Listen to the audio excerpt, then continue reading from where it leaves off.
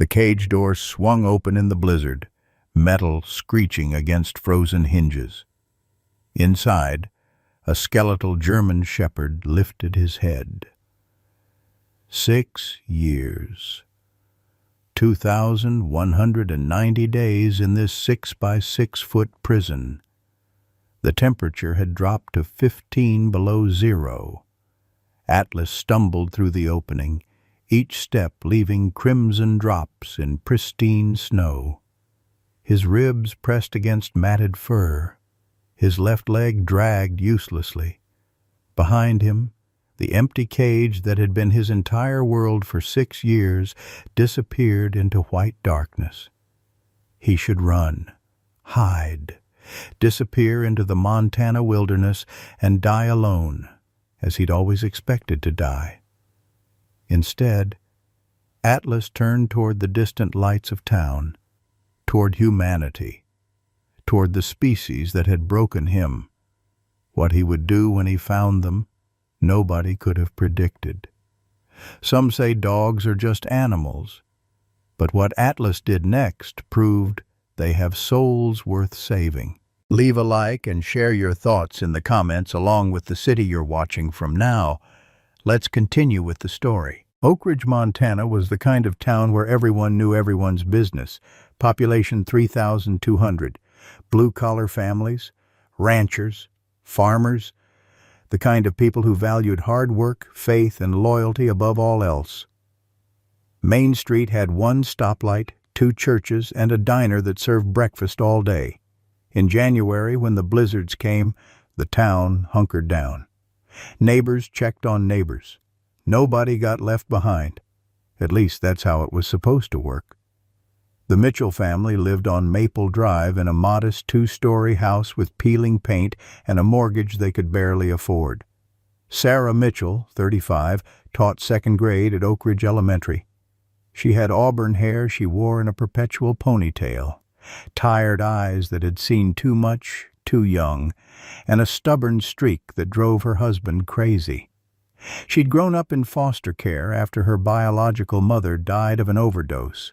Her adoptive mother's husband had been violent. Sarah knew what it meant to be trapped, to be afraid, to wonder if anyone would ever stop and help. Tom Mitchell, 37, was county sheriff. Tall, broad-shouldered, with a crew cut and kind eyes that crinkled when he smiled, which wasn't often enough these days. He believed in law and order, black and white, right and wrong. But lately, the lines had started blurring, the bills piling up, the mortgage payments falling behind. He loved his wife fiercely, but sometimes love wasn't enough to pay the electric bill. Their daughter Emma was 8 years old, quiet and wise beyond her years. She had her mother's eyes and a heart defect that required $50,000 in surgery. The deadline was March 15th, 65 days away. Emma knew she was sick, knew her parents were scared, knew they were running out of money and time and options. She tried not to be a burden, tried to be brave. Mostly, she just tried not to think about dying. Jake, 5 years old, had high-functioning autism. He didn't speak to strangers, didn't like loud noises or unexpected changes. But he had a gift for connecting with animals in ways that left adults speechless. Then there was Margaret Hayes, 75 years old, living alone 15 miles outside town in the house she'd shared with her late husband. Margaret was Sarah's adoptive mother, though they hadn't spoken in 5 years. Too much pain, too many things left unsaid. Margaret had been an Army nurse during Vietnam. She'd seen young men destroyed by war, seen trauma that never healed, seen the cost of silence. She'd failed to protect Sarah from her abusive stepfather. She'd waited too long to leave him. By the time she found the courage, Sarah was 12 and already broken. Margaret had spent every day since trying to forgive herself. So far, she hadn't managed it. On the night of January 10, 2024, these 5 people were about to collide with a dying German shepherd on a frozen highway. None of them knew it yet, but that collision would save them all. Richard Foster's house sat 5 miles outside town on a property that had seen better days. The paint was peeling. The gutters sagged. Empty whiskey bottles lined the porch railing like tombstones. In the backyard, a 6-by-6-foot metal cage held the only living thing Richard still claimed to care about, though his definition of care had become twisted beyond recognition. It was 7 o'clock on January 10th when David Foster pulled into his brother's driveway. David was 52, gaunt from methamphetamine and desperate for money. He'd been bleeding Richard dry for 6 years, ever since Michael's death, ever since David discovered Richard's secret shame. The argument was loud enough for the neighbors to hear, if there had been any neighbors close enough to listen. "I need $500, David said, his teeth chattering from withdrawal.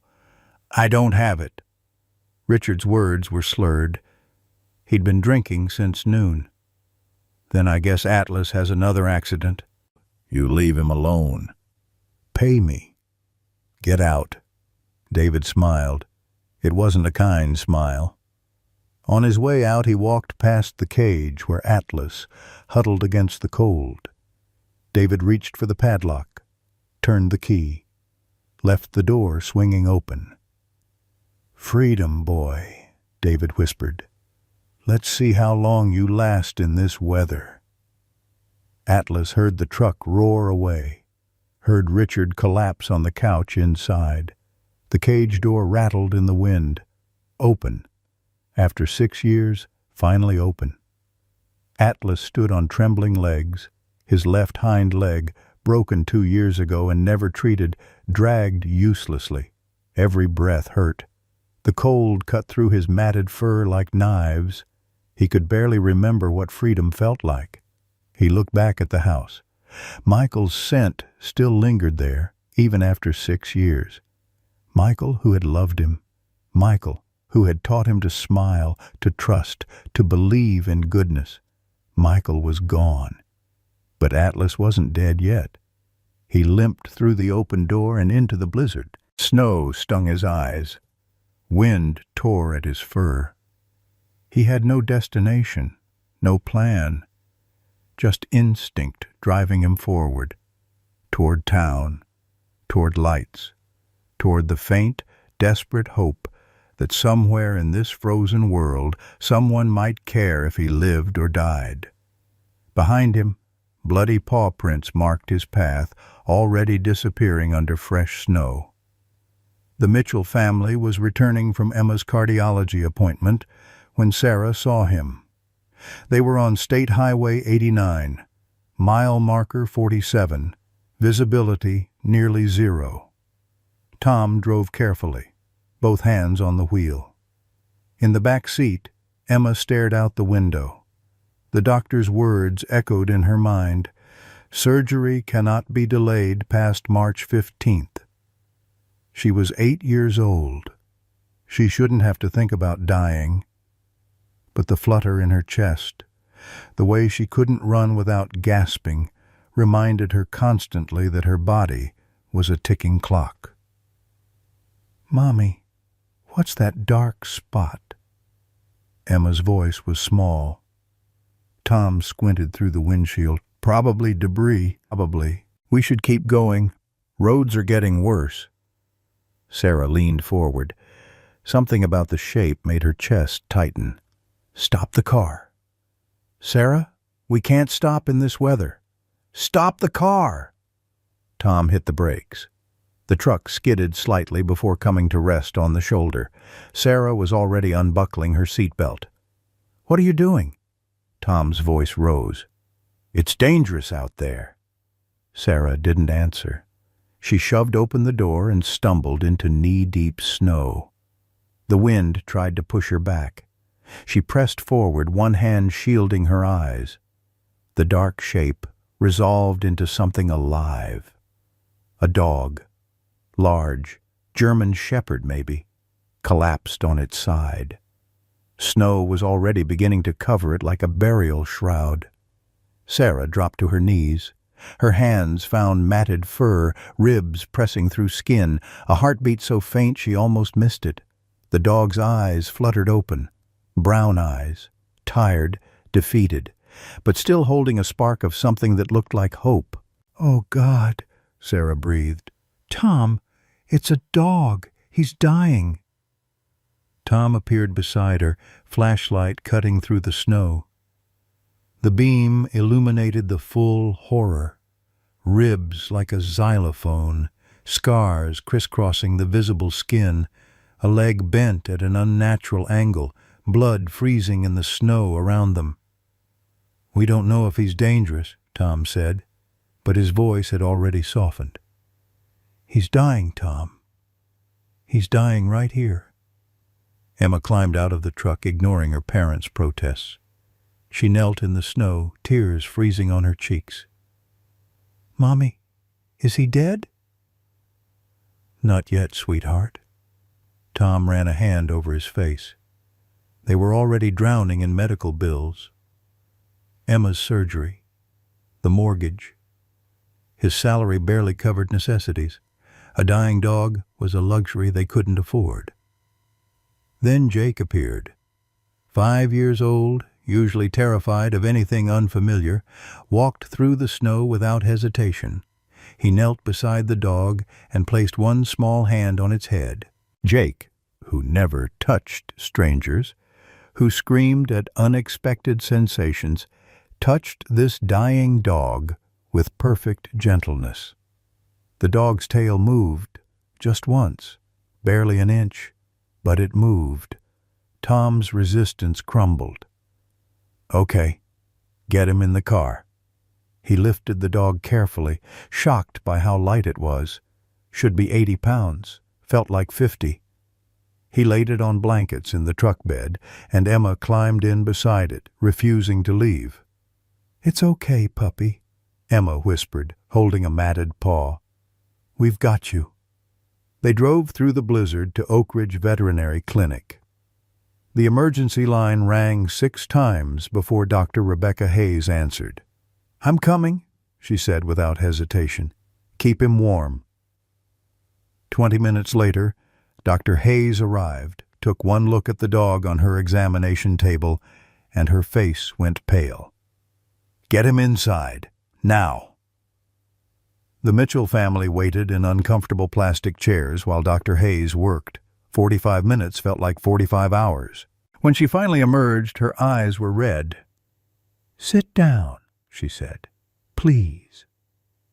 She recited the litany of injuries: hypothermia, sepsis, malnutrition, old fractures, fresh wounds, broken teeth from biting cage bars. Every word was a hammer blow. "If you'd found him 6 hours later, he'd be dead." "Can you save him?" Sarah's voice cracked. "I can, but it'll cost between $7,000 and $8,000. Half up front." The silence was crushing. Tom pulled Sarah aside. "We can't afford this. Emma's surgery is $50,000. We don't even have that." Sarah looked through the window at Emma holding the dog's paw. "We'll figure it out." "How?" "We'll figure it out." The morning light through the clinic windows found Atlas stable, but critical. IV fluids dripped steadily into his foreleg. Sarah had refused to leave, spending the night in a plastic chair beside his kennel. Emma and Jake had fallen asleep curled together on the waiting room couch.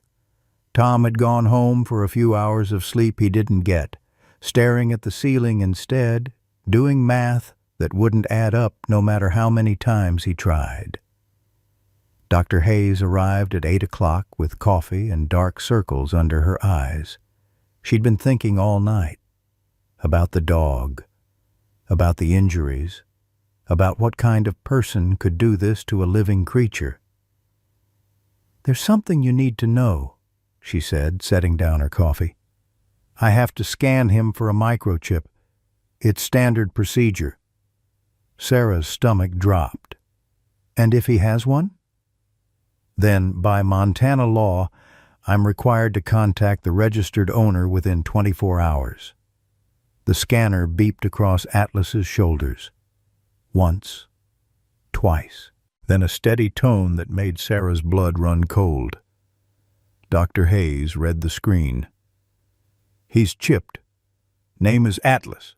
Owner is Richard Foster, 142 Pine Ridge Road, Oak Ridge. He has an owner?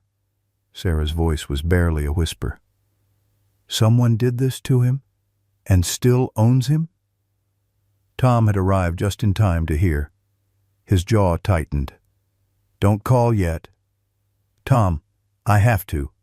It's the law. As county sheriff, I'm requesting 24 hours to investigate.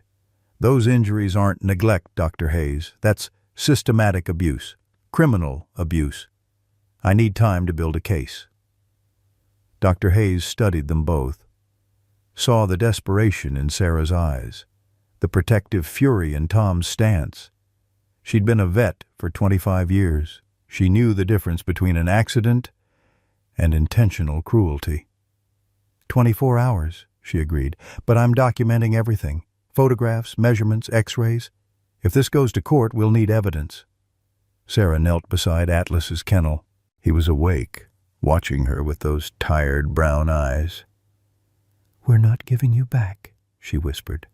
I don't care what the law says. Tom drove to the sheriff's office, running on coffee and rage. He called Deputy Marcus Wade, his most trusted officer. Run a background check. Richard Foster, 142 Pine Ridge Road. Everything you can find. 20 minutes later, Marcus called back. Got some interesting stuff here, boss. Richard Foster, 58, retired mechanical engineer. Army Reserves in the 80s, never deployed. Wife Diane died in 2016, breast cancer. Son Michael died January 15, 2018. Single vehicle accident, Route 89. After that, Richard's got a couple minor charges. Bar fight in 2019, dismissed. Public intoxication in 2020. Nothing violent, but definitely a man falling apart. What about the son? Michael James Foster, 23 when he died. Army veteran, served in Iraq 2014 to 2016. Local paper covered his funeral. Said he was a good kid, hometown hero type. Tom thanked Marcus and hung up.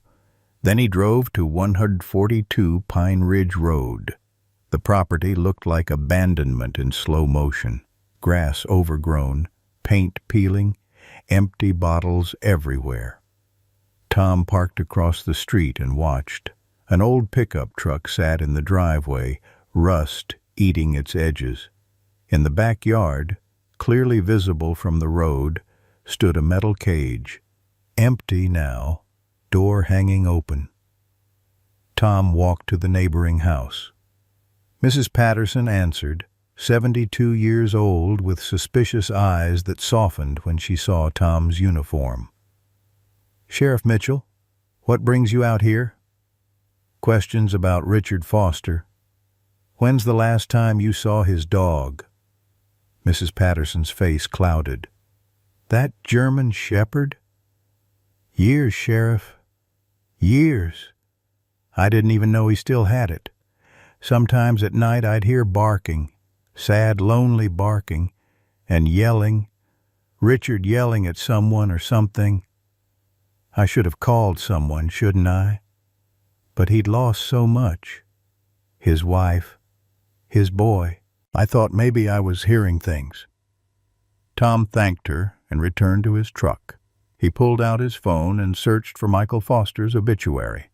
Found it in the Oak Ridge Gazette archives, dated January 20th, 2018.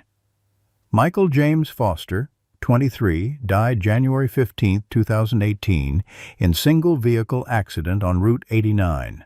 Beloved son of Richard Foster. Veteran who served his country with honor. Memorial service at Oak Ridge Community Church. Tom kept digging. Found Michael's Facebook page, still active, frozen in time. The photos told a story. June 2013. Michael grinning, holding a German Shepherd puppy. Best birthday ever, Dad got me Atlas. He'll be my strength through everything. More photos. Michael in uniform, Atlas beside him. Michael returning from deployment, Atlas jumping into his arms. Then the photos changed. Fewer smiles, darker captions.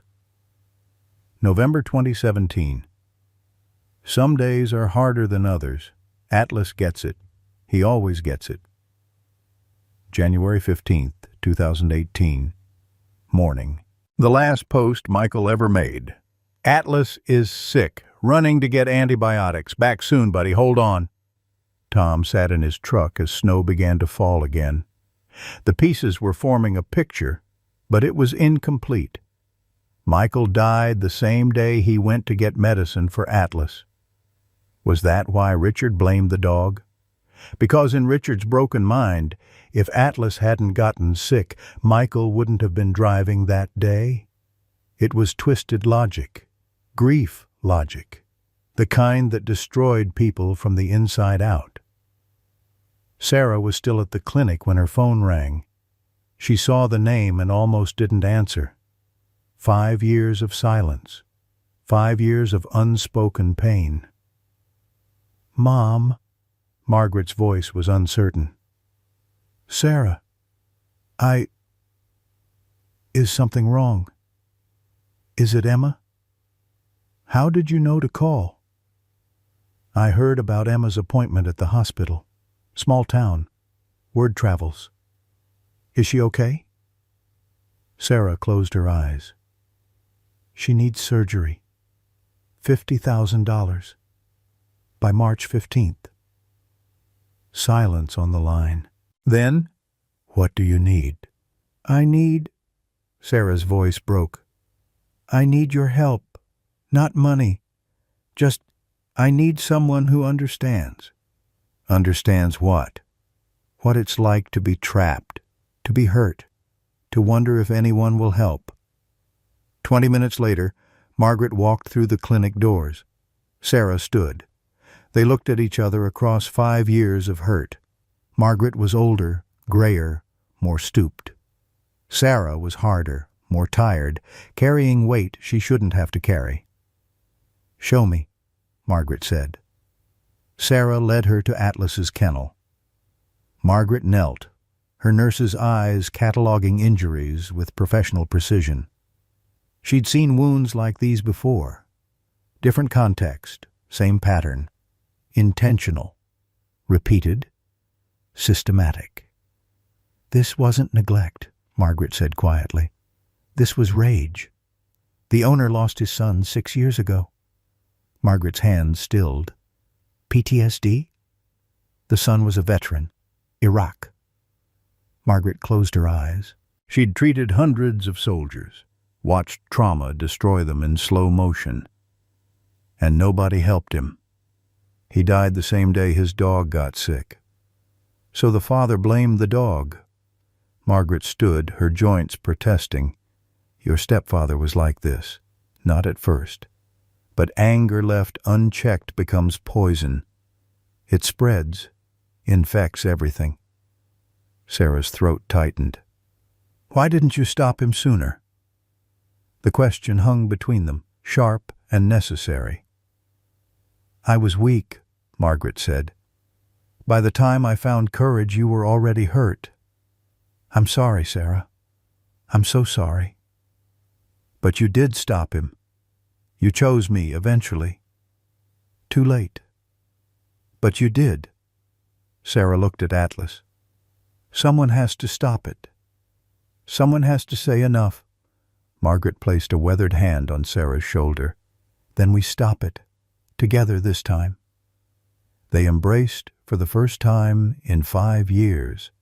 Outside, snow continued to fall, covering the world in white, making everything clean and new, at least for a moment. Dr. Hayes released Atlas on January 12th with strict instructions. IV fluids twice daily, antibiotics every 8 hours, soft food only, minimal activity. And a warning that made Sarah's heart ache. He'll be terrified of everything. Loud noises, sudden movements, raised hands. You're not just treating physical wounds. Tom carried Atlas to the truck. The dog weighed almost nothing, all bone and matted fur. Sarah had set up a bed by the fireplace, surrounded by Emma's stuffed animals arranged like a protective circle. When they brought Atlas inside, he froze in the doorway.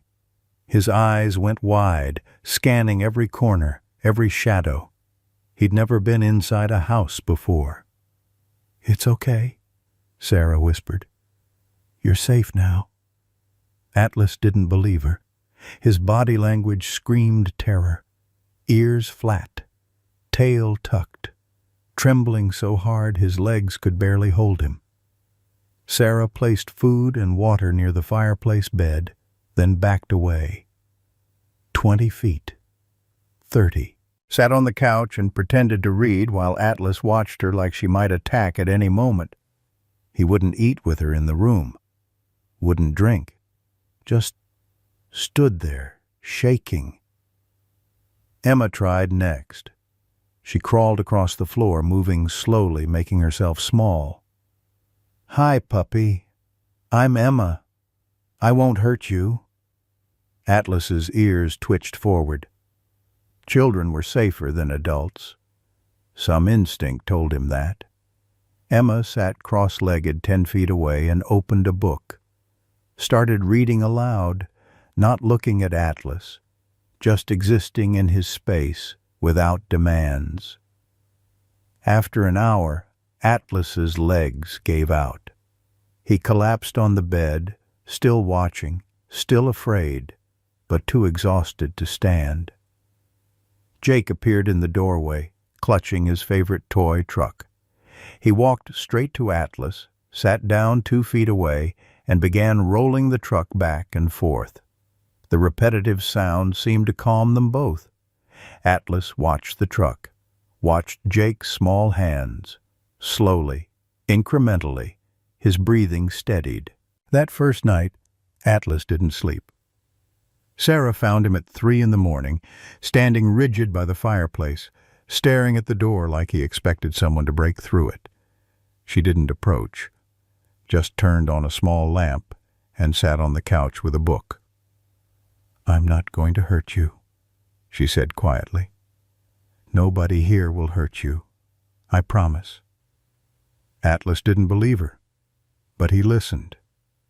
The breakthrough came on January 13th morning. Sarah sat reading aloud from a novel Emma had chosen, something about magic and friendship. She'd been reading for 2 hours, her voice growing hoarse, when she felt something wet touch her foot. Atlas had crossed the room, sniffed her sock, then, miracle of miracles, laid down 3 feet away. Sarah kept reading, tears streaming down her face, pretending nothing had changed even though everything had. By January 14th, a routine had established itself. Emma fed Atlas each morning, placing the bowl down and backing away until he felt safe enough to eat. Midday, Jake sat nearby drawing pictures, and Atlas would watch with something that might have been curiosity. Afternoons, Sarah graded papers while Atlas moved incrementally closer. Evenings, Tom attempted approach, and Atlas would tense, but no longer flee. Small victories accumulated. Day 1. Atlas ate while Emma sat 5 feet away. Day 2. Atlas took a treat from Emma's hand, his mouth so gentle she barely felt his teeth. Day 3. Atlas laid his head on Sarah's foot while she read. Day 4. His tail wagged. Just once. Just barely. But it moved. The bond between Atlas and Emma grew fastest. She read to him every night, her small voice filling the room with stories of brave heroes and impossible quests. "My heart's broken too," she told him one night, "but they're going to fix it. Maybe we can both get better together." Atlas seemed to understand in ways that defied explanation. He began following Emma room to room, positioning himself between her and the stairs, as if understanding she was fragile and needed protection. The bills started arriving on January 14th. First came Atlas's vet bill, $8,000 due in 30 days. Sarah stared at the number until it blurred. January 15th brought Emma's cardiology consultation bill, $2,300. Tom paid it from their rapidly depleting savings account and said nothing. January 16th, the surgery estimate arrived, $50,000 total, deposit of $15,000 due by February 15th. Tom sat at the kitchen table with a calculator, running numbers that refused to cooperate. January 17th, the mortgage company sent a late notice. Payment of $2,200 was 15 days overdue, late fees accruing daily. January 18th, Tom's paycheck deposited, $3,200 after taxes. Sarah's came the same day, $2,800. Together, $6,000 monthly. Their expenses totaled $5,000 before adding Emma's medication and Atlas's care. Tom spread the bills across the kitchen table that night like evidence at a crime scene. We can't afford both. Sarah was washing dishes, her hands moving mechanically.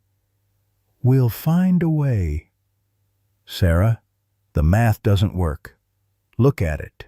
He shoved the calculator toward her. Emma's surgery deposit is $15,000. Atlas's treatment is $8,000. That's $23,000. We have $4,500 in savings. We're $18,500 short. And Emma's surgery is in 8 weeks. We'll take out a loan. We're maxed out. Emma's medical bills destroyed our credit. No bank will touch us. Then we'll do a GoFundMe. Tom's voice rose. That takes time we don't have. Emma's surgery is in 8 weeks. Atlas's bill is due in 30 days. What am I not making clear here? Sarah turned off the water, dried her hands slowly. What are you saying, Tom? I'm saying maybe we call animal control. They'll find him a home, someone who can afford him. Sarah's face went white. Absolutely not. He's not our responsibility. He is. We saved him. We made a promise. We have a daughter dying of a heart defect. Tom's roar shook the kitchen. She comes first. She has to come first. A small voice from the doorway stopped them both.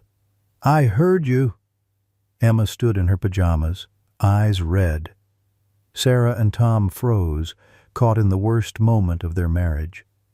Emma, go back to bed, Tom said, but his voice had lost its force. Daddy, are you saying we have to choose? Him or me? Silence hung heavy. Emma's chin trembled. Choose me. I'm more important than a dog. She turned and walked away, her footsteps soft on the stairs. Sarah sat down hard. Now look what we've done. Tom put his head in his hands. Upstairs, Emma lay in bed with Atlas beside her. He'd followed her up the stairs despite his injured leg. Now he watched her cry with confused concern. I'm sorry, Emma whispered, touching his scarred head. I said you're not important. But you are. You're really important. She pressed her face into his fur. I'm scared. What if they can't fix my heart? What if I die and never grow up? Atlas licked her tears with infinite gentleness. But I'm more scared that if they give up on you, it means they might give up on me too. That when things get too hard, people just quit. She held him tighter. Atlas's tail thumped softly against the bedspread. Sarah couldn't sleep. At 2 a.m, she sat at the computer and created a GoFundMe page. Her fingers trembled over the keyboard. "Help us save Atlas and Emma," she typed. Then she wrote their story. The dog dying on the roadside. The daughter with a broken heart. A family trying to do right in a world that made doing right impossibly expensive. She set the goal, $25,000, 30 days. She posted it to Facebook, Twitter, every local community board she could find. Then she went to bed and prayed to a God she wasn't sure she believed in anymore. By morning, the GoFundMe had raised $340 from 12 people. Sarah felt grateful and desperately inadequate. $340 against $25,000 needed.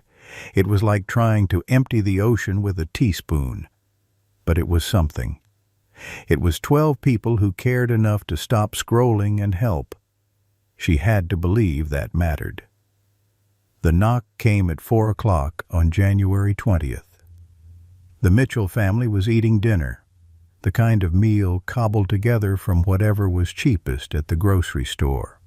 Pasta, jarred sauce. No meat because meat was expensive. Atlas lifted his head. His ears went flat against his skull. A low growl rumbled from his chest, something he'd never done before. "Atlas." Sarah's hand stilled on her fork. "What's wrong?"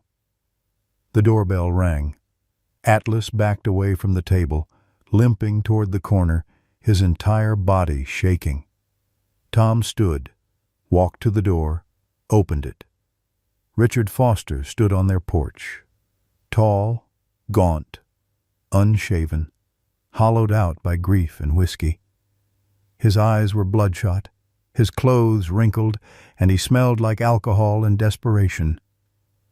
"I'm here for my dog," Richard said. Tom's jaw tightened. He recognized Richard from his investigation, from the property surveillance. "Mr. Foster." Behind them, Sarah appeared, saw Richard, saw Atlas cowering in the corner, whimpering, saw the connection and felt rage bloom hot in her chest. "Your dog?" Sarah's voice could have cut glass. "That dog was dying on the side of the road. You left him to freeze to death." "I didn't leave him anywhere. He ran away."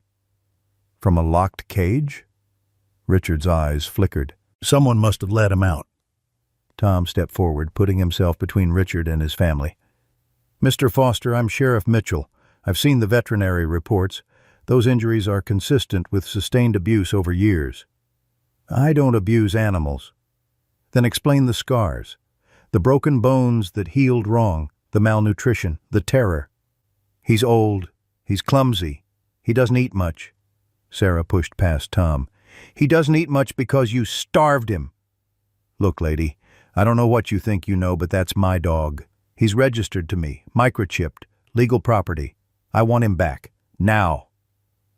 Emma appeared then, running from the kitchen, her small arms wrapping around Atlas's neck.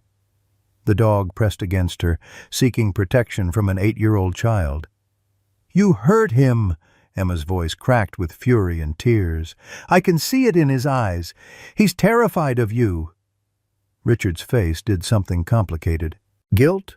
Recognition? Pain? Little girl, you don't understand. I understand you're mean. Mean people don't deserve dogs." "I'm not mean. I'm not. I just—" Richard's voice broke. "He was my son's dog. My son died 6 years ago. Tomorrow's the anniversary. I kept him because he's all I have left of Michael." Sarah's anger wavered just slightly. "I'm sorry about your son, truly, but that doesn't excuse what you did to Atlas. I'm not making excuses, I'm taking what's mine." Tom's voice dropped to cop mode, cold and official. "If you take him, we press charges. Dr. Hayes documented everything. Photographs, X-rays, measurements. Animal cruelty is a Class C felony in Montana." That's up to 10 years in prison and $50,000 in fines. You want to fight this in court? We will. And I'll make damn sure every person on that jury sees exactly what you did to him." Richard stared past them at Atlas, who was hiding behind Emma, this broken man looking at his broken dog. "Atlas, come here, boy." Atlas didn't move. His whimper was barely audible. Richard tried again, louder. "Atlas, come." Nothing. Atlas pressed harder against the wall. Richard's voice broke entirely. "Atlas, please. It's me. Please." The dog didn't recognize his old master's voice as anything but danger now. 6 years of fear had overwritten everything that came before. Richard's shoulders sagged. Tears streaked his unshaven face. 6 years I kept you, fed you, gave you water, and now you won't even come when I call?" Sarah's voice was softer now, but no less firm. "Because you also hurt him, Mr. Foster. And dogs remember. They forgive sometimes, but they always remember." The silence stretched. Richard looked at his former dog, his dead son's dog, and saw only fear reflected back.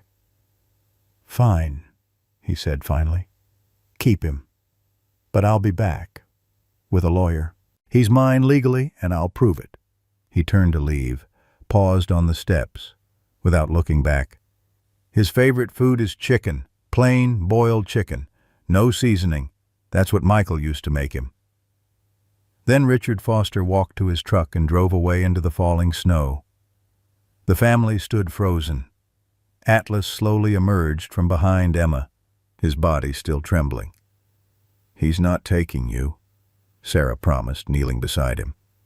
"I don't care what the law says. He's not taking you." Tom closed the door, locked it. "Sarah, legally he has a case. The dog is registered to him. Then we fight." Emma wrapped her arms around Sarah's neck.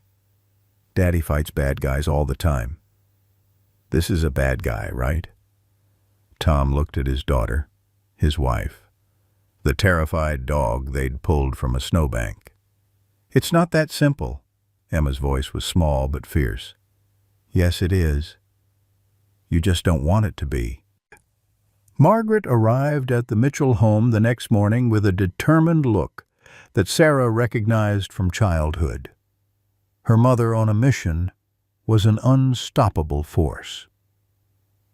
"I did some digging," Margaret announced, spreading papers on the kitchen table. "Called in favors from my Army nurse contacts. Got Michael Foster's service records." The records painted a picture of a young man destroyed by war. Michael Foster, Army specialist, combat engineer in Iraq from 2014 to 2016. His unit defused IEDs. In July 2015, one exploded. 3 soldiers died. Michael survived but watched them die, tried to save them, failed. He was diagnosed with PTSD, recommended for therapy. He refused. The stigma was too strong. Soldiers didn't need therapy. Soldiers were tough. Soldiers pushed through. He came home broken and pretending to be whole. Margaret had also obtained medical records through connections that were technically illegal but morally necessary. Michael's civilian doctor had treated him for depression in 2017. Prescribed antidepressants. Michael rarely took. In December 2017, Michael was admitted to the emergency room after falling downstairs, though the attending physician noted in his private notes, possible suicide attempt, patient denies. January 2018, a therapist wrote, patient expressing suicidal ideation. Strongly recommended intensive therapy. Patient refused treatment. 2 weeks later, Michael was dead. Margaret drove to the county records office and requested the accident report. The details were clinical and damning. January 15, 2018, 6:47 p.m., Route 89, mile marker 52, Michael's truck. Snowing, icy roads, speed estimated at 70 miles per hour in a 45 zone. No other vehicles involved, no skid marks, no attempt to brake. Driver died at the scene. Substance tests negative. Ruling, accident due to weather conditions. But Margaret had treated enough soldiers to read between the lines. No skid marks meant Michael didn't try to stop. High speed in dangerous conditions meant he didn't care about survival. The location was 5 miles from Richard's house, in the opposite direction from the veterinary clinic. Michael wasn't going to get medicine for Atlas. Michael was driving away from everything, and he made sure he didn't come back. On January 25th, Margaret drove to 142 Pine Ridge Road. Richard answered the door with a bottle in his hand, suspicion hardening his features. "Who are you?" "Margaret Hayes. I'm a nurse. I need to talk to you about your son." "Get off my property." "Michael didn't die in an accident." Margaret's voice was clinical, practiced from delivering hard news to families. "He killed himself." Richard's face drained of color. "You don't know what you're talking about. I've treated hundreds of soldiers with PTSD. I know the signs. I've read the accident report. No skid marks. High speed. Wrong direction. You know I'm right." "You've known all along." "Get out." That's why you couldn't let Atlas go and couldn't love him, because Michael chose to leave, and Atlas stayed, and you couldn't forgive either of them for surviving when Michael didn't. Richard slammed the door so hard the frame shook. Margaret returned to the Mitchell house and told Sarah everything. They sat at the kitchen table, the weight of Michael's story pressing down on them both. "So Richard blamed Atlas for Michael's death," Sarah said slowly, "even though Michael's death had nothing to do with the dog being sick." "Grief doesn't follow logic," Margaret replied. "It finds targets, usually the wrong ones." Sarah looked toward the living room where Atlas slept by the fireplace, finally starting to feel safe. "Someone has to break the cycle. Someone has to say this ends here." Margaret squeezed her daughter's hand. "Then we say it. Together." The call came on January 26th while Tom was reviewing case files at the sheriff's office. County Supervisor Bradley Grant's voice was cold and professional. "Sheriff Mitchell, we need to talk. My office. Now." Tom knew what was coming. He'd seen the complaint letter that morning, forwarded by the county administrator. Richard Foster's attorney, some slick lawyer from Billings, had filed a formal grievance. Harassment, abuse of power, using his position as county sheriff to conduct personal vendettas. Supervisor Grant sat behind his massive oak desk, flanked by 2 members of the county board. The atmosphere was funeral home quiet. "Sheriff Mitchell, these are serious allegations. That dog was dying. That's not the issue. The issue is you using county resources for personal matters. You ran a background check on Richard Foster using official police databases. You conducted surveillance on his property without a warrant. You threatened to press charges in what amounts to a civil property dispute. And you did all of this while personally involved in the case, creating a massive conflict of interest." Tom's hands gripped the armrests. Someone had to help that animal. Someone, yes, but not the county sheriff using his badge to do it. You crossed a line, Tom. You let personal feelings interfere with duty, and that's something we cannot tolerate. The verdict came swift and merciless. Suspended without pay for 6 months, pending investigation. Badge and service weapon confiscated immediately. If the investigation went poorly, termination would follow. Tom drove home in civilian clothes, feeling naked without his badge. He walked through the door at 4 in the afternoon to find Sarah grading papers at the kitchen table. "Tom, what are you doing home so early?" He couldn't meet her eyes. "I got suspended." "What? Why?" "Because I put Atlas before my job. Because I threatened Richard Foster. Because I used my position for personal reasons." His voice cracked. "Because I did what I thought was right." Sarah stood and wrapped her arms around him. "You did do the right thing." "The right thing just cost us $4,500 a month, and our health insurance." Sarah went very still. "The insurance?" "Effective immediately. Emma's surgery is in 7 weeks." They did the math together, silent and grim. Without insurance, Emma's surgery would cost $50,000 instead of the $10,000 copay. Add Atlas's $8,000 vet bill. $58,000 needed in 7 weeks, with zero income from Tom and no insurance safety net. Sarah's income alone was $2,800 monthly. In 7 weeks, she'd earn roughly $4,600. The GoFundMe had reached $1,840. Total available, approximately $11,000. They were $47,000 short, with Emma's deadline racing toward them like a freight train. Deputy Marcus Wade worked his own investigation on personal time, loyalty to Tom, outweighing concern for his career. On January 28th, he drove to Richard Foster's property with a hunch. The neighbors had mentioned Richard installed trail cameras after tools went missing a year ago. Marcus found the camera mounted on a tree facing the backyard cage. He retrieved the SD card, drove home, and spent 6 hours reviewing footage. What he found made his stomach turn. The video showed Richard feeding Atlas daily. The portions were small, inadequate, but consistent.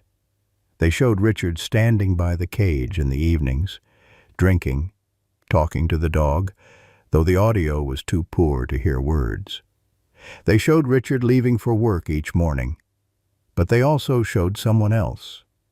A second man arriving 2 to 3 times per week while Richard was gone. Marcus ran facial recognition through the police database. David Foster, Richard's younger brother, age 52. Drug addict with a criminal record that included a previous animal cruelty conviction. The footage was damning. David approaching the cage with a wooden stick, Atlas cowering in the corner, David beating the dog methodically while Atlas tried to hide in a space too small for escape. This happened again and again, a pattern of abuse spanning months. Then Marcus found the smoking gun. A video from December showing Richard returning home early, seeing fresh wounds on Atlas, confronting David in the driveway. The camera's audio barely picked up the exchange, but Marcus enhanced it using software. Richard: "I told you to leave him alone." David: "Then pay me what you owe." Richard: "I don't owe you anything." David: "You owe me for keeping quiet.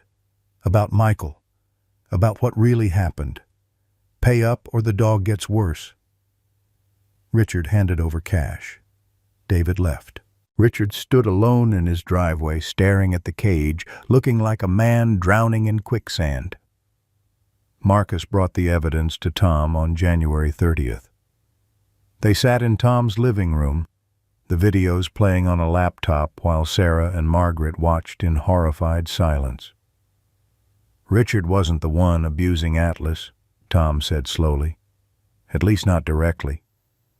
"David was extorting Richard," Marcus confirmed, "threatening to expose some secret about Michael's death if Richard didn't pay.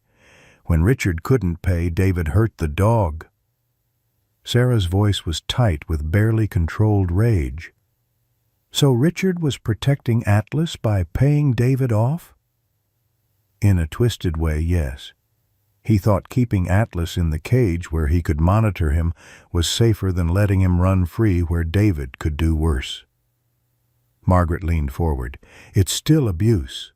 Passive abuse. Richard made a choice to protect his reputation over protecting that dog. Agreed. But it changes the picture. Richard's not a monster. He's a weak man who made terrible choices. They drove to Richard's house that afternoon, showed him the videos, watched him break down completely, sobbing into his hands, whiskey bottle forgotten. "I couldn't report him," Richard choked out. "He's my brother. And he said he'd tell everyone Michael killed himself, that I failed as a father. I couldn't let Michael's memory be ruined. I couldn't face that shame." Tom's voice was harder than it had been. "So you let Atlas be ruined instead? I'm weak. God help me, I'm weak. David's going to jail. We have enough evidence for extortion and felony animal cruelty, but you, Richard, what happens to you depends on what you do next." Richard looked up with red-rimmed eyes. "What can I do? How can I possibly make this right?" On February 3rd, Emma collapsed at school. Her teacher found her unconscious on the playground, face blue, pulse thready. The ambulance arrived within 6 minutes. By the time Sarah reached the hospital, Emma was in the ICU, hooked to machines that beeped her failing heart rhythm. Dr. Phillips was grim. "The arrhythmia is worsening. We can't wait 8 more weeks. We need to operate within 2 weeks. I'm sorry, but if we don't, she won't make it to March." New deadline, February 17th, Emma's 9th birthday. 2 weeks away. $50,000 needed. 11,000 available. The GoFundMe exploded on February 4th when a local news station picked up the story. Sheriff suspended for saving abused dog while daughter needs life-saving surgery. The headline was clickbait perfection, and it spread like wildfire. National news picked it up. Social media amplified it. People who'd never heard of Oak Ridge, Montana, suddenly cared deeply about a family trying to do right in a broken system. February 5th, $8,000 raised. February 7th, $25,000. February 9th, $48,000. By February 10th, the GoFundMe had raised $68,000 from people all over the country, even a few international donors. The comment section was a river of humanity. This is what we should be. Faith in humanity restored. Sending love from Seattle. Praying for Emma and Atlas both. Sarah cried, reading the comments aloud to Emma in her hospital bed. Emma was hooked to monitors, her small body dwarfed by medical equipment, but her eyes were bright. "Mommy, all these people care about us?" "Yes, baby. All these people care. Even though they don't know us. Especially because they don't know us. That's what makes it beautiful." On February 12th, Richard Foster appeared at the Mitchell house. He looked different, sober, clean-shaven, clear-eyed in a way Tom hadn't seen before. He carried an envelope. "I want to help," Richard said without preamble. "Richard, the GoFundMe has enough now. We're okay. This isn't about the GoFundMe." Richard opened the envelope. Life insurance papers, Michael's policy, paid out in 2018. $100,000 that Richard had never touched, couldn't bring himself to spend. Guilt money sitting in an account gathering dust and accusations. "I want to give $50,000 to Emma's surgery fund. The rest I'm donating to the VA for veteran mental health services. In Michael's name." Tom shook his head. "We can't accept that. Michael would want this. He loved kids. He wanted to be a father someday. Let him save Emma, please. Let me do one good thing." Sarah appeared in the doorway. "Richard, please," Richard repeated. "Let me help. Let Michael's death mean something." They accepted. What else could they do? Sometimes grace comes wearing the face of a broken man trying to piece himself back together. On February 13th, Richard's attorney filed paperwork with the county. Richard Thomas Foster formally surrendered all ownership rights to the German Shepherd, registered as Atlas, signed over to Sarah and Tom Mitchell, legal, binding, complete. The attorney asked one more time, "Mr. Foster, are you absolutely certain?" "I've never been more certain of anything in my life." That evening, Richard stood in the Mitchells' backyard, separated from Atlas by a glass door. He asked if he could say goodbye properly. Sarah hesitated, protective, then agreed. She brought Atlas to the door. The dog saw Richard through the glass and tensed but didn't flee. 6 weeks of safety had begun to rebuild what 6 years had broken. Richard knelt on the other side of the glass, tears streaming. "I'm so sorry, boy. I'm so sorry. Michael loved you more than anything, and I failed you both."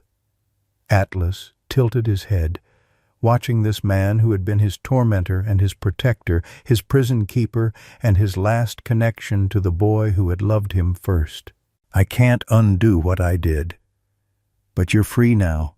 You're with people who will love you right. Michael would be happy about that. He'd want you to be happy." Richard placed his palm against the glass. Atlas stared at it for a long moment. Then slowly he stepped forward, put his nose against the glass where Richard's hand pressed. Not forgiveness yet, maybe not ever, but acknowledgement.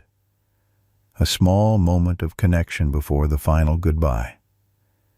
Richard stood, wiped his face, and walked away. Atlas watched him go, then turned back to Emma, who had been standing quietly in the hallway. He limped to her side and leaned against her leg. "He's really ours now?" Emma asked her mother. "He's really ours? Forever?" Atlas's tail wagged, that gentle thump, thump, thump that meant home, safety, belonging, things he'd almost forgotten existed. Outside, Richard Foster drove away from the Mitchell house for the last time, feeling lighter and heavier all at once. The weight of ownership lifted. The weight of guilt firmly settled. He'd spent 6 years trying to hold on to Michael by holding on to Atlas. Now he understood the only way to honor Michael was to let go. Some things you save by releasing them. Some people you love by walking away. Richard was learning that lesson far too late, but he was learning it. David Foster was arrested on February 14th at 6 o'clock in the evening. Deputies Marcus Wade and Jennifer Chen found him at a rundown motel on the edge of town, high on methamphetamine, surrounded by evidence of his extortion scheme. Text messages to Richard demanding payment. Photos of Atlas he'd sent as threats. A wooden stick with dried blood on it that made Marcus physically ill. The charges were extensive: felony animal cruelty, extortion, blackmail. Bail was set at $50,000. David couldn't make $50, let alone $50,000. He was processed and thrown into a holding cell to wait for his court date on February 16th. Marcus went home feeling like justice had finally arrived, even if it came too late to undo the damage. At 11 o'clock that night, the jail's night clerk processed David's release. Someone had posted bail in cash. $50,000 in $100 bills, delivered by a courier service that refused to name the client. "Who paid this?" Deputy Hayes asked David as he signed his release papers. David's smile was chemical and wrong. "None of your damn business." He walked out into the February night, free again, rage and methamphetamine mixing into something explosive. In his fractured logic, everything was Tom Mitchell's fault. Tom had arrested him. Tom had turned Richard against him. Tom had taken away his cash cow. Tom had destroyed everything. And if Tom loved that dog so much, maybe Tom needed to understand what loss felt like. David drove to a friend's house, borrowed a hunting rifle, and headed toward Maple Drive. The Mitchell house was dark at 2 a.m. Tom and Sarah slept fitfully, worried about Emma's upcoming surgery. Emma was at the hospital overnight for observation. Jake slept in his room, surrounded by his toy trucks arranged in precise lines. Atlas lay by the fireplace, sleeping but not deeply. 6 years of hypervigilance didn't disappear in 6 weeks. His ears swiveled at every sound.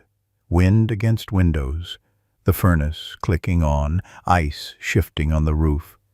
Then a new sound. Wrong. Dangerous. Breaking glass. Atlas was on his feet instantly, the old leg screaming protest but adrenaline overriding pain. A low growl rumbled from his chest, instinct and training from a life before the cage surfacing. Michael had worked with him on protection commands years ago. Guard. Alert. Protect. The growl woke Tom. He lay still for a moment, processing. Atlas never growled. Atlas was afraid of everything. Atlas only growled when something was genuinely wrong. Tom reached for his service weapon before remembering it had been confiscated. He grabbed the baseball bat from under the bed instead and moved toward the bedroom door. "Tom!" Sarah's voice was sleep-rough and frightened. "Stay here. Lock the door. Call 911. "Tom, don't—" But he was already moving down the stairs, bat gripped in white-knuckled hands. He found Atlas in the kitchen, hackles raised, teeth bared, facing the mudroom where the window had been smashed. Then David Foster stepped through the broken glass, tracking blood from his shoes, carrying a hunting rifle pointed at Atlas. "You ruined my life!" David's voice was wrong, too loud, chemically amplified. "That dog destroyed everything!" Tom raised the bat. "Put the gun down, David." "Michael died because of him. Atlas got sick and Michael died."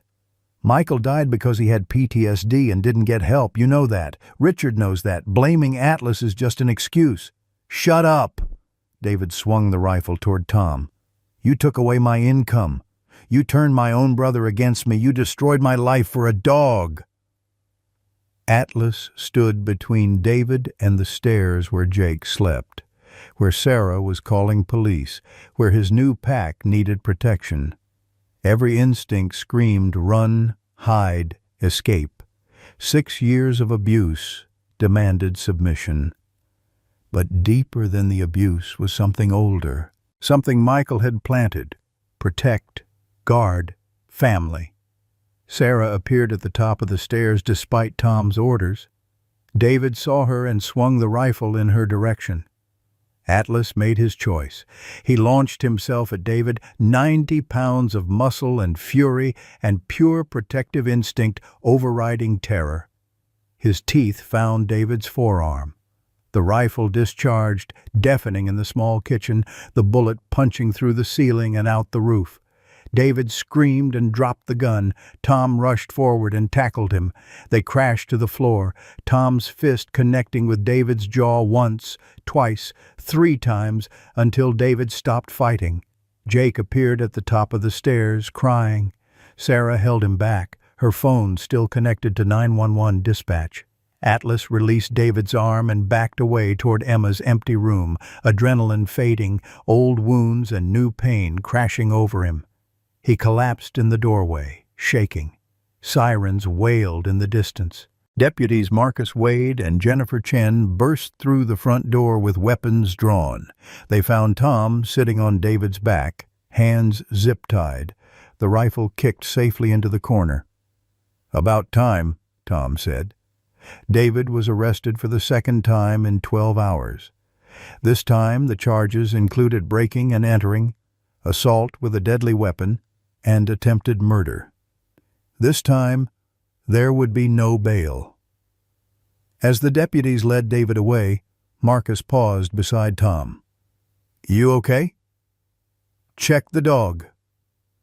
Sarah was already kneeling beside Atlas, her nursing training kicking in. "Tom, he's bleeding." They found the injury quickly. A deep laceration across Atlas's right front paw, sliced open on broken glass during his attack.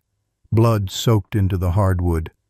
But worse was how he held his left rear leg, the old fracture that had never healed correctly, now re-injured from the force of his jump. Rebecca Hayes met them at the clinic at 3 a.m, already in scrubs, coffee cooling on her desk.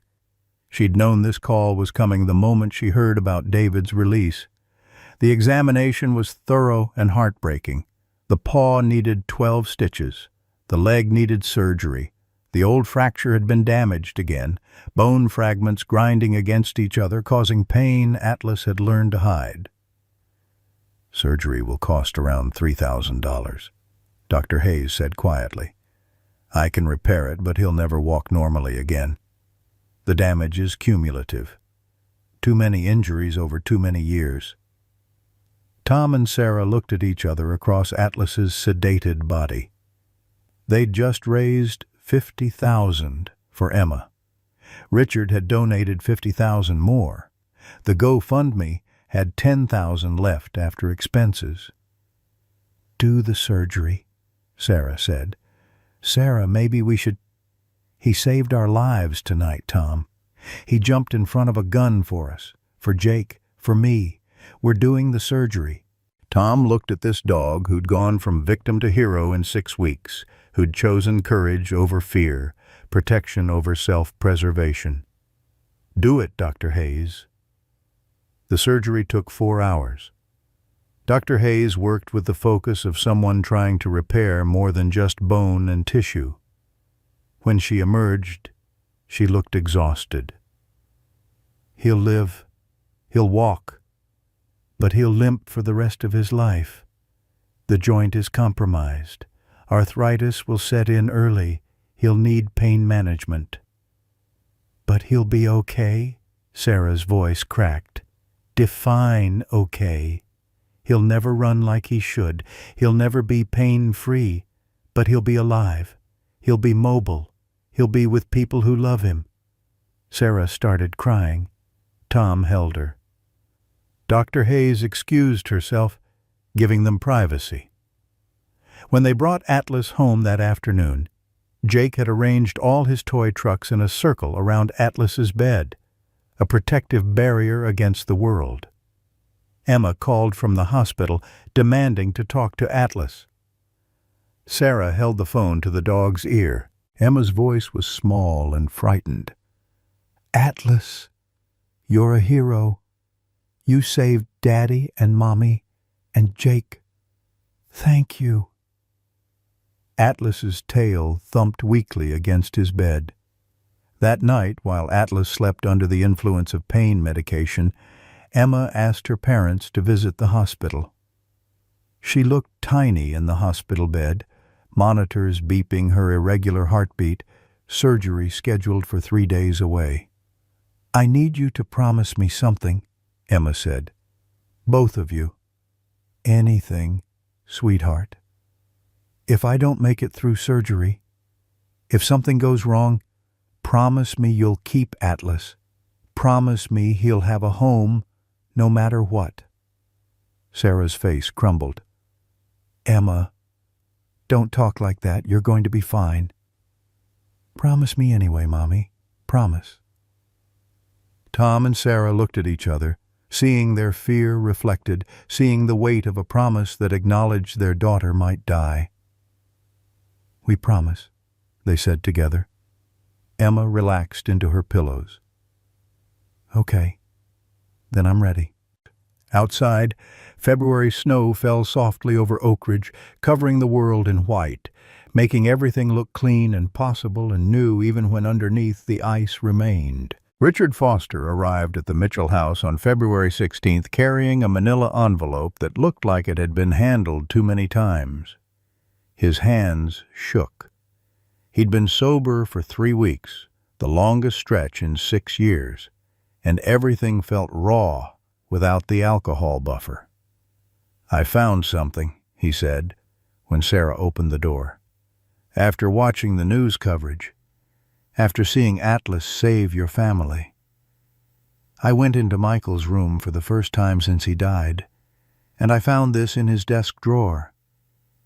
The envelope was addressed in Michael's handwriting. "To Dad." Sarah's breath caught. "You haven't opened it." "I couldn't. For 6 years I couldn't. But you should read it. Out loud. So I have to hear it." They sat at the kitchen table, Tom, Sarah, Margaret, and Richard. Atlas lay nearby, bandaged and limping but alive. Sarah's hands trembled as she opened the envelope and unfolded pages covered in Michael's neat script.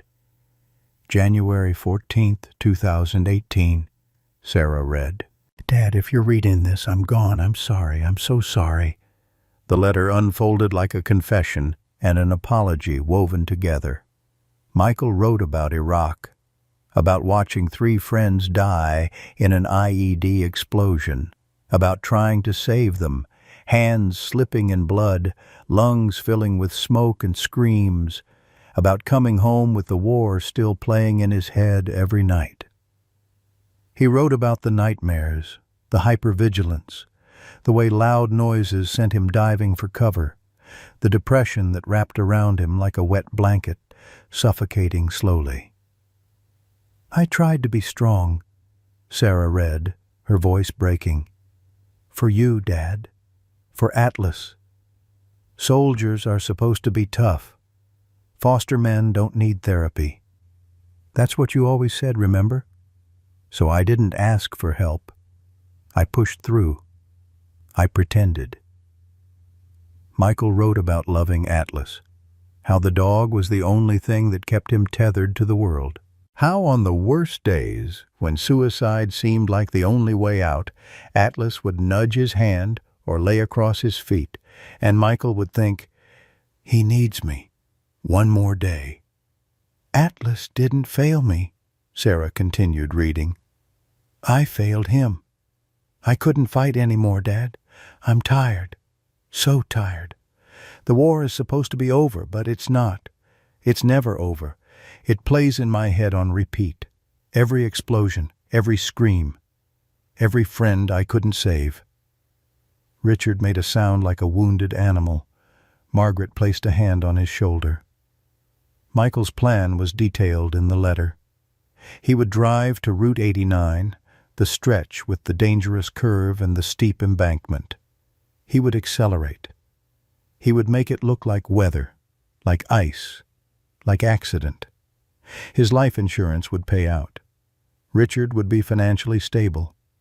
No one would know it was suicide. No shame, no stigma. "Atlas getting sick was just coincidence," Sarah read. "I wasn't going to the vet clinic. I was going away. For good." "Dad, please don't blame him. Don't blame yourself. This isn't anyone's fault except the war that broke me and a system that told me asking for help was weakness." The final paragraph destroyed everyone in the room. "If you're reading this, I'm gone. Please, Dad, take care of Atlas. He deserves better than I could give him. He deserves joy. And Dad, you deserve joy too. Don't let my death destroy you. Let it teach you that every day is precious. Every creature deserves love, even broken ones, especially broken ones. Tell Atlas I love him. And Dad, I love you. I'm sorry I wasn't strong enough. But maybe in taking care of Atlas, you can find a strength I never had. Love, Michael." Silence fell like snow. Richard's shoulders shook with sobs that had been dammed up for 6 years. Sarah folded the letter carefully, placed it back in the envelope, and slid it across the table. "He didn't blame Atlas," Richard choked out. "He never blamed Atlas. But I did. For 6 years I blamed him. Tom's voice was gentle. "Grief isn't rational, Richard. I tortured the one thing Michael loved most. What kind of man does that?" Sarah reached across the table.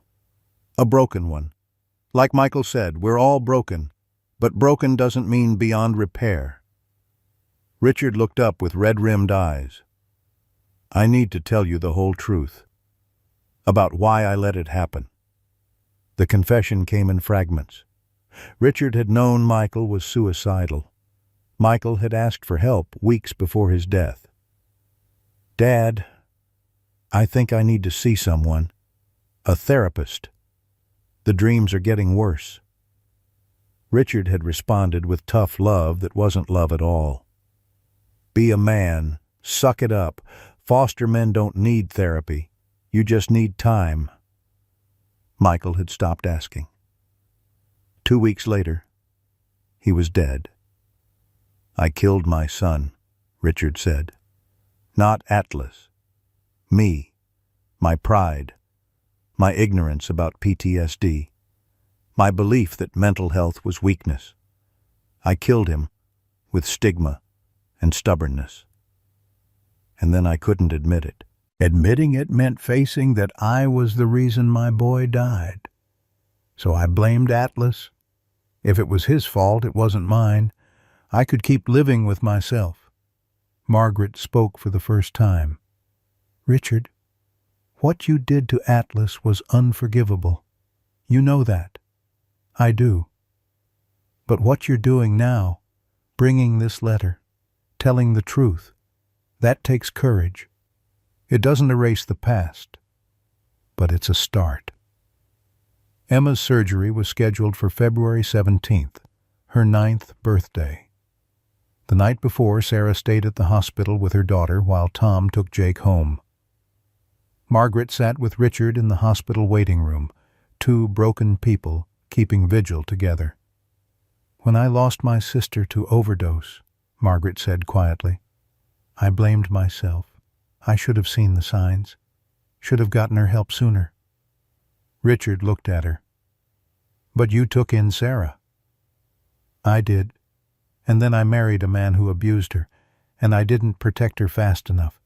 I thought I could change him, thought love would fix him. I was wrong." "Why are you telling me this?" "Because I've spent decades trying to forgive myself, and I've learned that sometimes the only way forward is to do better now. We can't undo the past, Richard, but we can choose differently today." Richard's phone buzzed. A text from his doctor about test results he'd been avoiding. Stage 4 lung cancer, metastasized, 6 to 12 months. Treatment might extend life by a few months, but with terrible quality. Without treatment, 4 to 6 months. He stared at the screen, felt something like relief. He'd been given a deadline to make amends. "I'm dying," he told Margaret. "Cancer. 6 months, maybe less." Margaret didn't gasp or offer platitudes. She'd been a nurse too long. "What are you going to do with the time you have left?" "Make it right, however I can." On February 20th, Margaret drove to Richard's house and found him drunk, sitting in Michael's room with a gun on the floor beside him. She'd seen this before, recognized the signs of a man preparing to exit. "Don't you dare," Margaret said, her voice sharp with command. "Don't you dare waste Michael's sacrifice." "He didn't sacrifice anything. He gave up.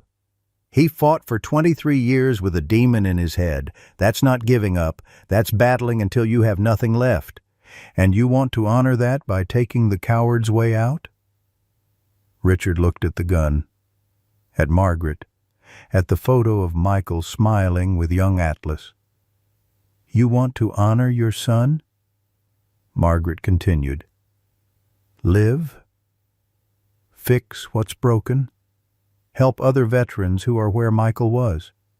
That's what he'd want. Richard let Margaret call Tom and Sarah, let them stage an intervention that was really an invitation back to the living. Let them drive him to the VA hospital where he checked himself into a 30-day inpatient program for PTSD, grief, and addiction. The night before Richard left for treatment, Sarah told him one more truth about Margaret, about her biological mother who was Margaret's sister, about the abuse from her stepfather that Margaret had eventually stopped, but not soon enough. "We're all broken people who tried to save broken creatures," Sarah said. "Margaret saved me. I saved Atlas. And now we're trying to save you. Because that's what Michael would have wanted. He wrote it in his letter. Every creature deserves love, even broken ones, especially broken ones." Richard wept. "I don't deserve this. Any of this. Deserve has nothing to do with it. Grace isn't about deserving. It's about choosing to extend love even when logic says not to." At the VA hospital, Richard began the hard work of dismantling 6 years of denial and rage, group therapy with other veterans, individual counseling about Michael's death, medication for depression. For the first time in 6 years, he talked about Michael without drinking first, talked about the guilt, the shame, the crushing weight of having failed his only child. His therapist, a kind woman named Dr. Chen, who'd treated hundreds of veterans and their families, told him something that shifted his perspective. "You didn't kill Michael. The war killed Michael. The stigma around mental health killed Michael. A system that fails to support soldiers killed Michael. You were one piece in a much larger tragedy. You made mistakes, yes, but you're not the villain of this story. You're another casualty. And like any casualty, you deserve treatment." By the time Richard was discharged on March 30th, he was sober, medicated, and carrying a discharge plan that included weekly therapy, support group meetings, and accountability partners. He'd lost 30 days, but gained something resembling peace. His first stop after discharge was the Mitchell house. He arrived with flowers, clean-shaven and clear-eyed, carrying the weight of his past, but no longer crushed by it. "I want to apologize properly," he said when Sarah opened the door. "To Atlas, to your family. I know words aren't enough, but they're a start." Atlas was in the living room recovering from his surgery, his limp now permanent but his spirit gradually brightening. When he saw Richard, he tensed, but didn't flee. Richard knelt on the floor, keeping distance, respecting boundaries. "Atlas, I'm sorry. For everything. For 6 years of pain. For failing you and Michael both. You deserved better. Michael would be ashamed of me." Tears streamed down his face. "I can't undo what I did. But I promise I'll spend whatever time I have left trying to make the world better. For dogs like you. For veterans like Michael. I promise." Atlas watched this broken man breaking down, tilted his head, took one tentative step forward, then another, sniffed Richard's outstretched hand. He didn't lick it, didn't wag his tail, but he didn't retreat either. It was acknowledgement. A small moment of connection. Not forgiveness, not yet, but the possibility of it. Richard looked up at Sarah through tears. "Thank you for saving him, for showing me what I should have been." "You can visit," Sarah said carefully. "Weekly, if it's good for both of you." Richard nodded, unable to speak. Emma appeared in the doorway, home from the hospital, her heart repaired, scar fresh on her chest. "Mr. Richard, do you want to help me give Atlas his medicine?" He trusts me. Maybe he'll trust you too if you're with me." Richard looked at this 9-year-old girl offering him redemption he didn't deserve. "I'd like that very much." Together, they approached Atlas. Together, they showed him that broken people could still be gentle. And maybe, just maybe, everyone deserved a second chance. Spring arrived in Montana with the tentative hope of things beginning again. Richard Foster spent April and May rebuilding a life he'd let fall apart. He volunteered at the Oak Ridge Animal Shelter 3 days a week, cleaning kennels, walking dogs who'd been abandoned or abused, seeing himself in every frightened animal that cowered from raised hands. He also volunteered at the VA hospital as a peer counselor, talking to veterans about Michael, about PTSD, about the deadly cost of silence.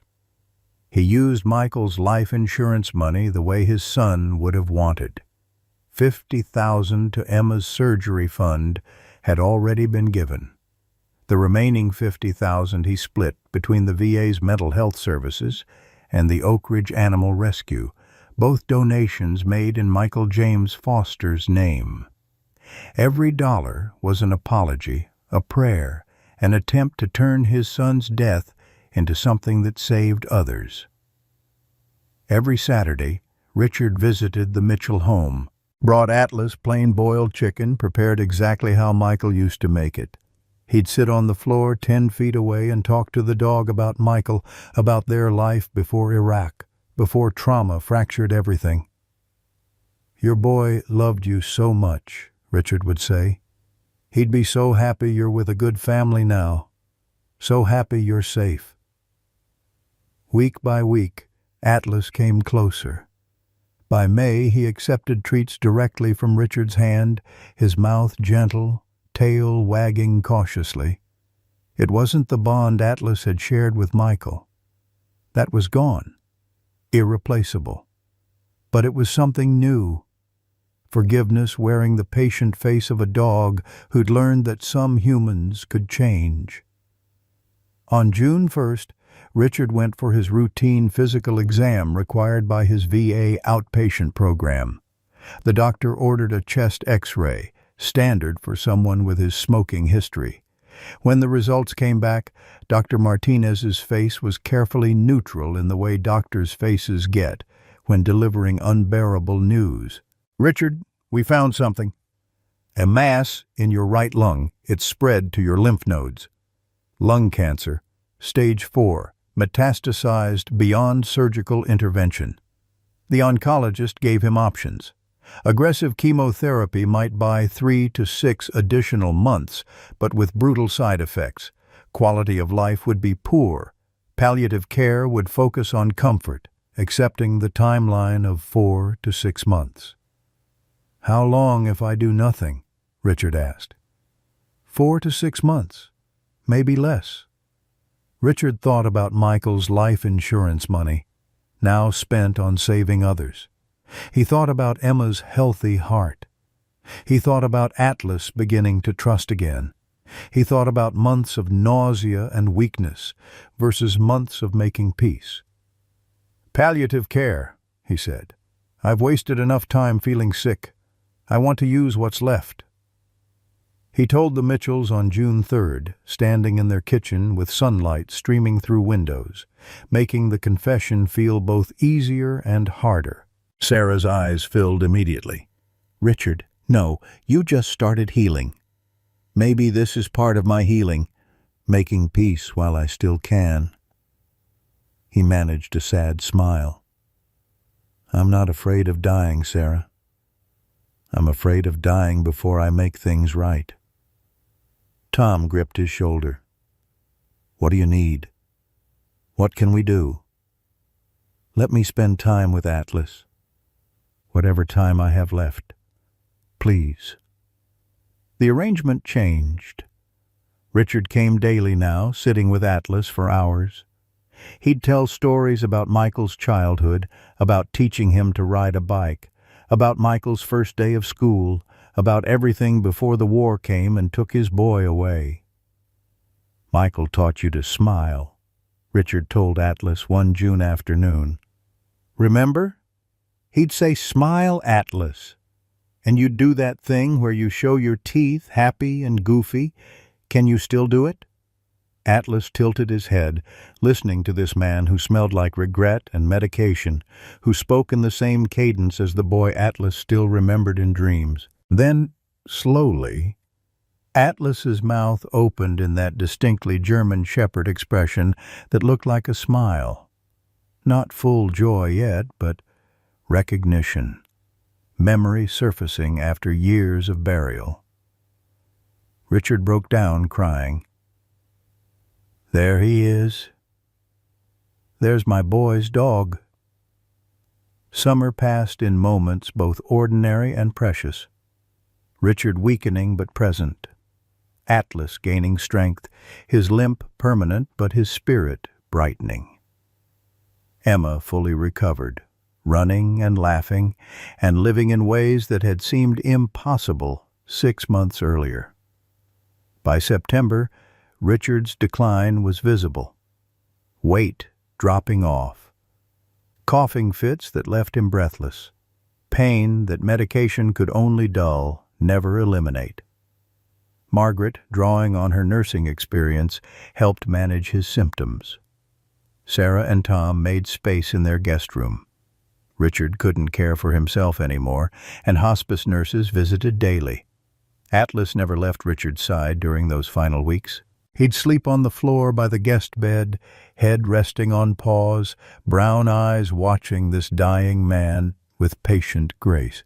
When Richard cried from pain, Atlas would place his head on the bed, offering wordless comfort.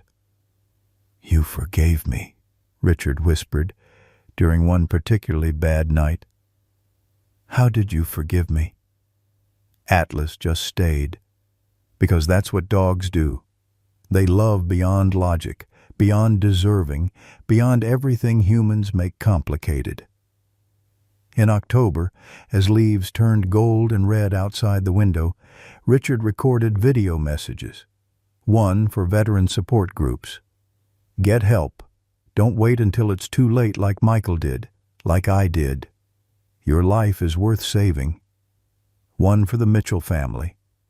"Thank you for showing me what family really means, for giving me a chance to be better before the end." One for Atlas. "Michael loved you. I loved you even when I couldn't show it properly. And you loved us both, even when we didn't deserve it. You're the best of all of us, Atlas. Thank you for teaching me what grace looks like." The final week arrived with November snow. Richard was bedridden now, drifting in and out of consciousness, morphine softening the edges of everything.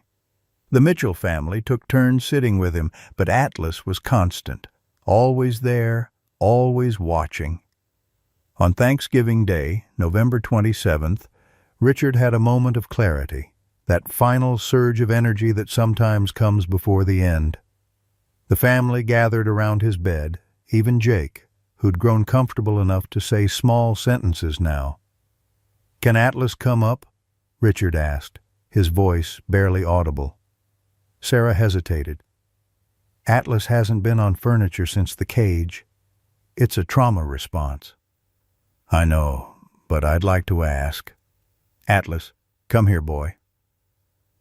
Atlas stood at the bedside, looking at Richard, then at the bed, ancient fear warring with new trust. Sarah held her breath. Then Atlas jumped up, his arthritic leg protesting but determination overriding pain. He laid beside Richard, careful of the tubes and wires. Richard wrapped one skeletal arm around the dog. "Good boy. Such a good boy. Michael would be so proud of you." Atlas pressed closer, offering warmth, offering presence, offering everything a dog can give. "I'm proud of you too," Richard whispered. "Thank you for forgiving me. I didn't deserve it. But thank you." Richard looked at the Mitchell family surrounding him, at Margaret standing in the doorway with tears streaming, at this chosen family that had formed around one broken dog and one dying man. "You're his pack now," Richard said to them. "Keep him safe. Keep him loved." His final words were to Atlas. "You're free, boy. Finally free. Run with Michael now. He's waiting for you somewhere. Tell him I'm sorry. Tell him I finally understood." Richard Foster closed his eyes at 6 o'clock on Thanksgiving evening and didn't open them again. Atlas howled, a long, mournful sound that contained 6 years of pain and confusion and loss. But it wasn't a frightened sound. It was goodbye. The Mitchell family wept. Margaret held Sarah. Tom held Emma and Jake. And Atlas lay beside the man who'd been his tormentor and eventually his friend, keeping vigil until the hospice nurse arrived to confirm what everyone already knew. Richard was free too. Winter turned to spring again. Emma turned 9, then 9.5, growing taller, heart strong, scar fading. Jake spoke more, his vocabulary expanding, his connection with Atlas teaching him that communication takes many forms. Tom was reinstated as sheriff in March, his suspension reviewed and overturned when the full story emerged. Sarah continued teaching, finding that her experience with trauma made her better at recognizing struggling students. Margaret moved closer, buying a small house 3 blocks from the Mitchells. Grandmother and daughter, finally healing decades of hurt by being present for each other. And Atlas. Atlas lived, limped, played gently with Emma, protected Jake fiercely, slept by the fireplace each night with a tail that wagged freely now. He'd gained weight, his coat grown glossy, his eyes bright with something that looked like contentment. On January 15th, 1 year after Michael's death anniversary, the Mitchell family visited the Oak Ridge Cemetery. 2 graves side by side under a spreading oak tree. Michael James Foster, 1995 to 2018. Beloved son, brave soldier, kind soul. Richard Thomas Foster, 1966 to 2024. Beloved father, flawed man, redeemed heart. Emma placed fresh flowers on both graves, her small hands gentle. Jake, now 6, spoke clearly. "Hi, Michael. Hi, Richard. We take good care of Atlas." Sarah knelt in the snow. "Thank you both. For Atlas. For teaching us about second chances." Tom stood behind his family, hand on Sarah's shoulder, thinking about how one decision to stop a car had changed everything. Margaret, standing apart, whispered her own prayer for her sister, for Sarah's stepfather, for all the broken people who never got the chance Richard had. Atlas walked between the graves and lay down between them, head on his paws, in the space where father and son rested together. That smile appeared, gentle and genuine. Emma knelt beside him. "Atlas, are you happy now?" His tail wagged. Once, twice. "Yes." "Yeah, me too." They walked back to the car together, Atlas surrounded by his pack, choosing forward over backward, choosing life over death, choosing love despite everything. Sarah looked back once at the graves. Was it worth it? The money, the struggle, the pain? Tom squeezed her hand. Every second. Because Atlas didn't just escape a cage that frozen January night. He freed them all. Richard from guilt. Margaret and Sarah from their past. The Mitchell family from taking love for granted. "You know what Atlas taught me?" Emma said from the back seat. The the dog's head resting on her lap. That forgiveness isn't about forgetting.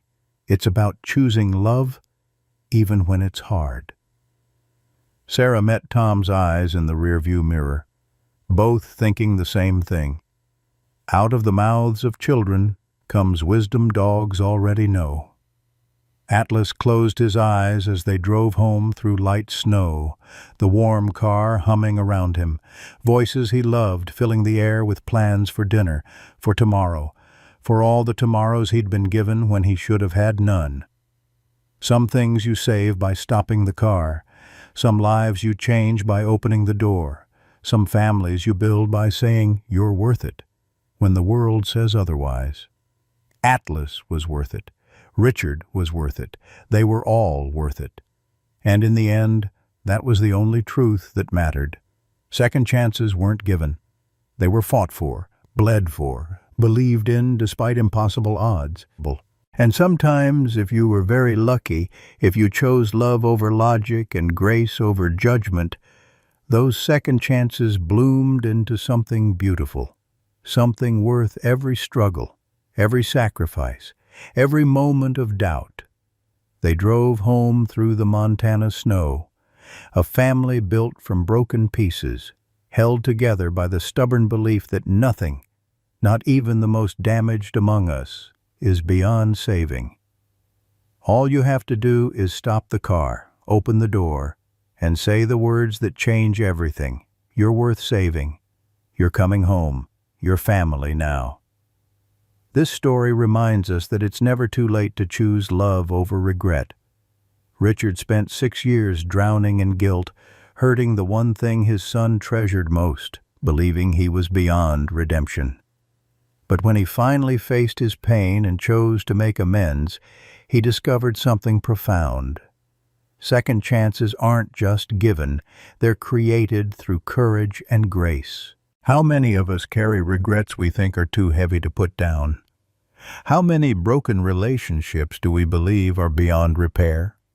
Atlas taught us that forgiveness doesn't mean forgetting the pain, it means choosing connection despite it. Whether you're the one seeking forgiveness or the one being asked to give it, remember that every day offers a new opportunity to stop the car, open the door, and say, "You matter." We all have our cages, built from pride, fear, or past mistakes. But we also have the key. The question is, will we use it? What's one relationship in your life that needs healing? Have you ever forgiven someone who didn't deserve it? And how did it change you? Share your story in the comments. Your words might be the permission someone else needs to finally choose grace over grudges.